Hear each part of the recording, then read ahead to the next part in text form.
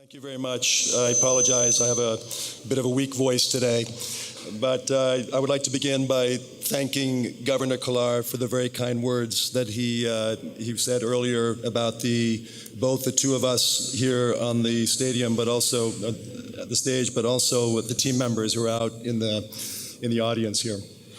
And I would also like to thank KEF for inviting us, and particularly Sasha Kuchubrik, because this is a very welcome break, and it's something we look forward to when we've been on mission, to hear the voices out in front of us, the experts in Belarus and the visitors. So for those of you who don't know, we are here for a 2-week visit at the invitation of the government to hold our annual Article 4 consultations. And we will be discussing our findings with the government and the central bank next week. And we plan to hold a press conference on November 9th. And I hope that we can answer whatever questions you might have at that time. This panel, I believe, is more of a backward-looking event.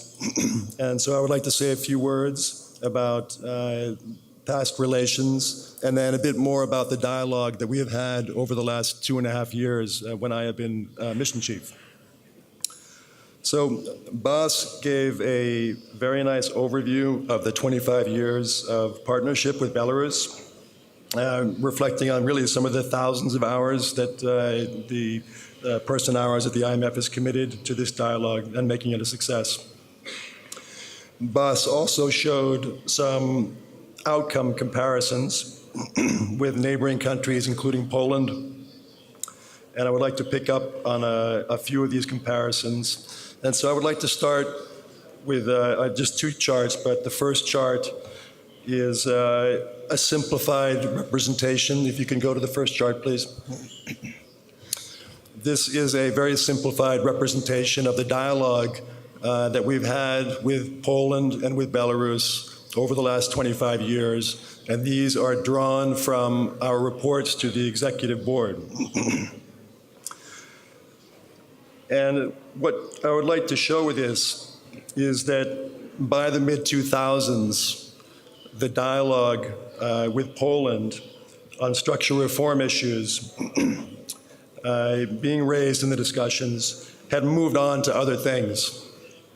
Whereas in Belarus, the topics on structural reforms have been quite consistent, really almost from the very beginning.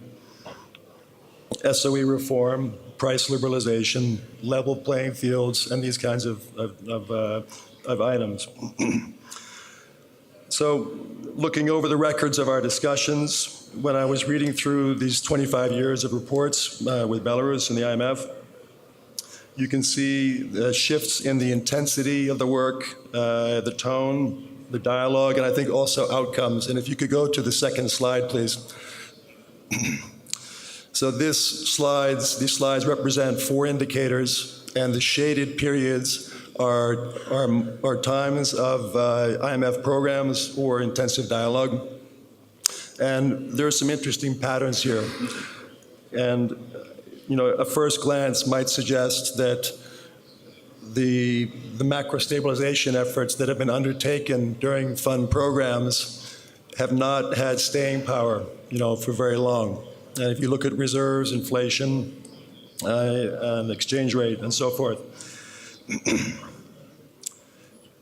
So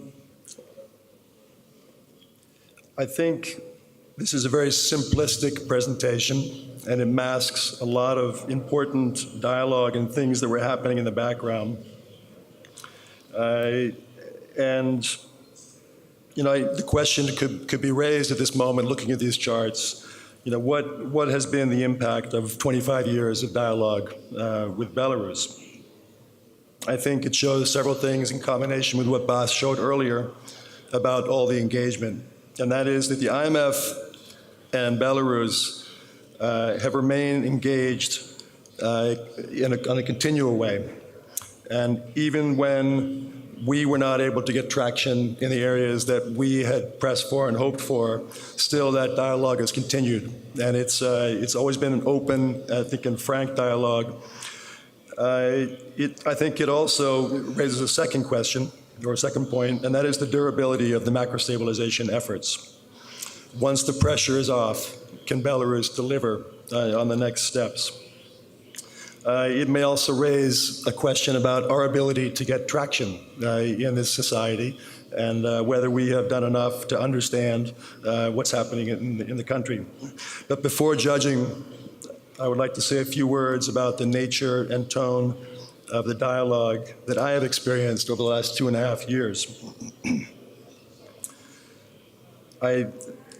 We have had a very strong, open, and in times intensive dialogue, in particular relying on deeper diagnostics, both on the IMF side, but also on behalf of with the authorities.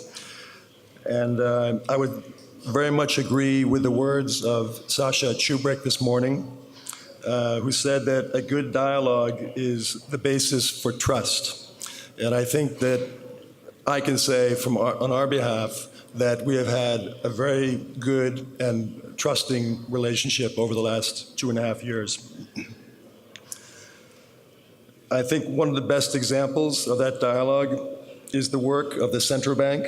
And Governor Kalau earlier mentioned the successful AQR that's been taking place and the successful or ongoing transition to inflation targeting. And there have been a number of other areas where the central bank, led by Governor Kalau and his team, have racked up successes in institution building and building the credibility of not only his institution, but also with the work of the other government officials, building Belarus's credibility both domestically and also abroad.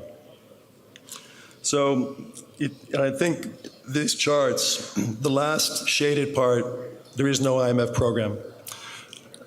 We've had very intensive discussions, but I think it points to the economic team that has been in place since late 2014, 2015, and the hard work that they have put in, and the steady pace and the unwavering path that they have done. And you see the stabilization results. You see that the reserves are coming up, inflation coming down, growth coming up, and exchange rate stabilizing. So this is very much to the credit of the government and the central bank, and laying the groundwork for the recovery that's now underway. I would, in particular, I would like to express my personal and professional admiration for Governor Kalau, to my right, who has been an excellent counterpart in explaining Belarus to us. Looking ahead, we hope, as I think Satu Kakonen and Thanos Arvanidis and others mentioned this morning, that the authorities can find a way to use this period of economic recovery to strengthen the SOEs, to build institutions, and while pursuing social inclusiveness, and help us check off some of those boxes on the long-standing policy recommendations. With that, I would say thank you.